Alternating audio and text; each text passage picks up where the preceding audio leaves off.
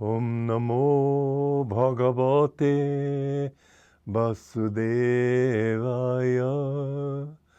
Om Namo Bhagavate Vasudevaya. Om, I bow to the Lord Vasudeva. We've been talking about the Bhagavad Gita, one of the great scriptures of the world. In my opinion, it's the greatest scripture because it has all truth condensed in so few pages.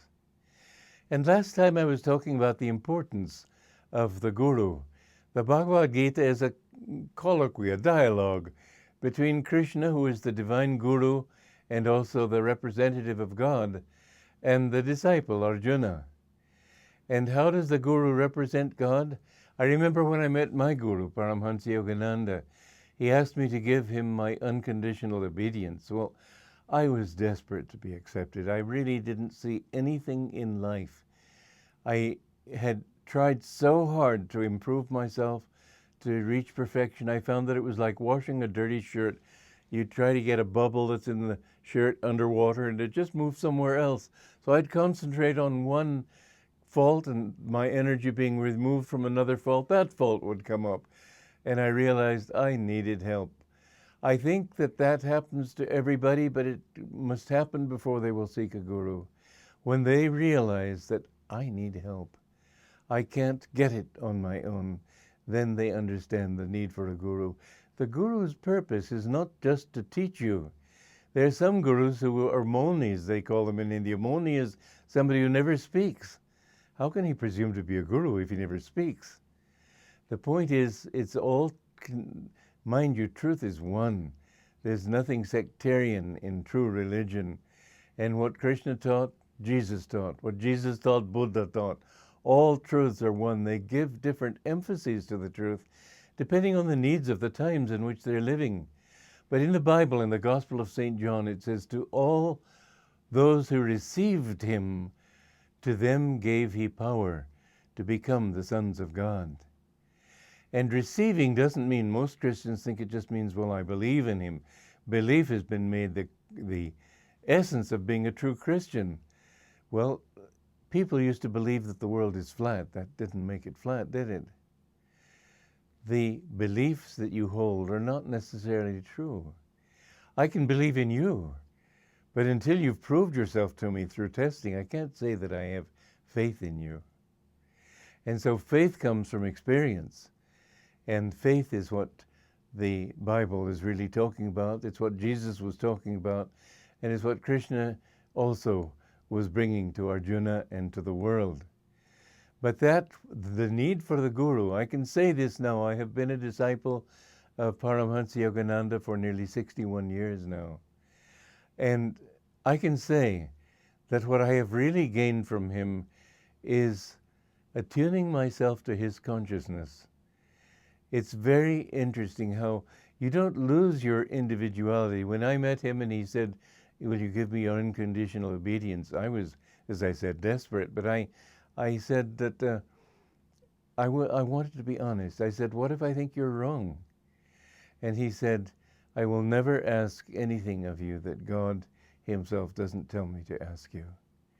And I found that it was so.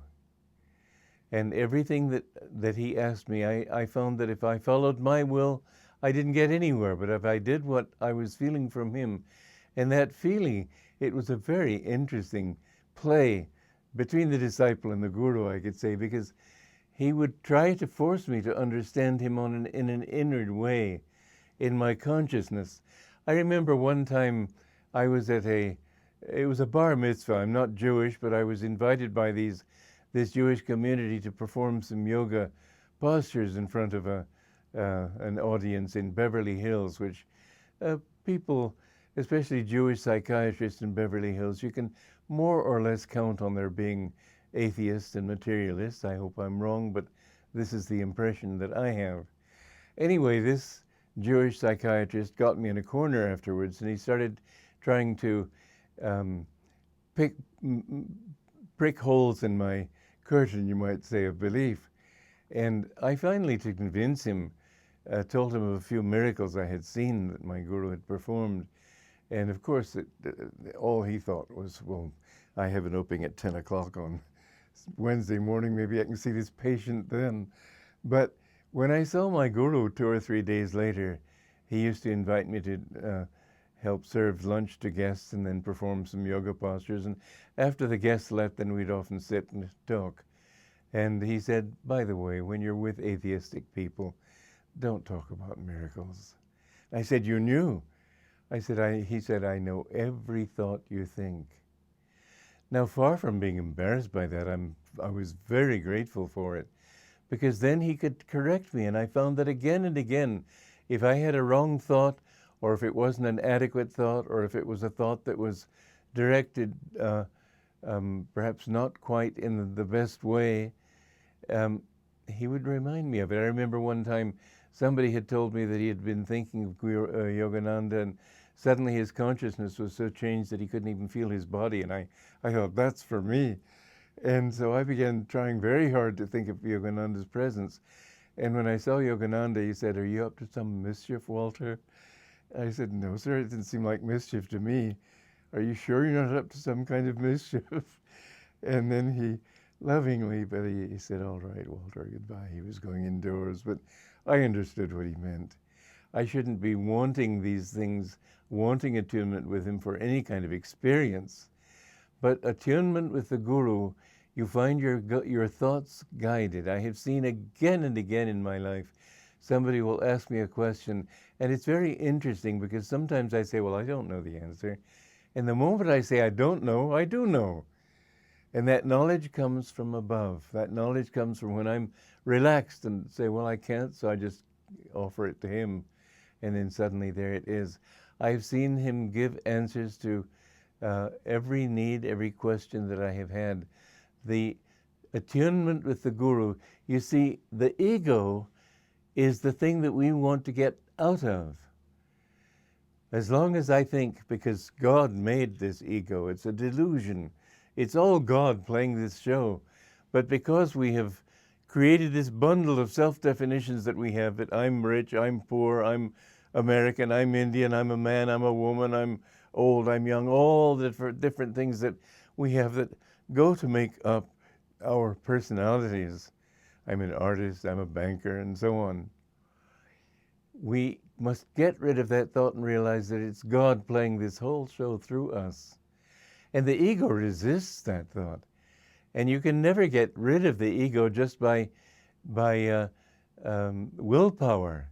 There's a story Yogananda told me about a man who was being bothered by a demon. And he looked in the scriptures and found that there was a mantra there to say when you're being bothered by a demon. So he took some powder and said this mantra into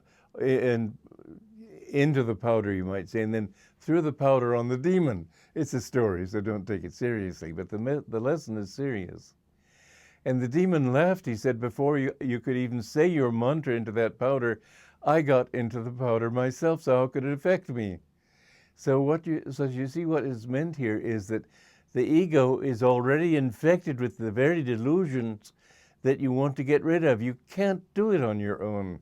This is why Shankaracharya, the great master of India many centuries ago, said that the greatest blessing in the three worlds, causal, astral, physical, is a true guru, one who knows the truth, one who knows God, and can pass that understanding on to you. Those who received him, to them gave he power to become the sons of God. It's that word power that you must keep in mind. When you're attuned with the Guru, you begin to get the power to understand that this ego is not my true self. And the worldly person will say, but I want to be the one doing it. Okay, but you won't do nearly so good a job. I've done many things in my life. I've written over 100 books. I've composed over 400 pieces of music. I've founded 8 communities. I've given thousands of lectures in many languages. And many people say that they're astounded at what I've done. But the truth is I haven't done any of it. I have allowed him to do it through me. You will find that if you allow God to work through you, there isn't any limit to what you can accomplish. Joy to you.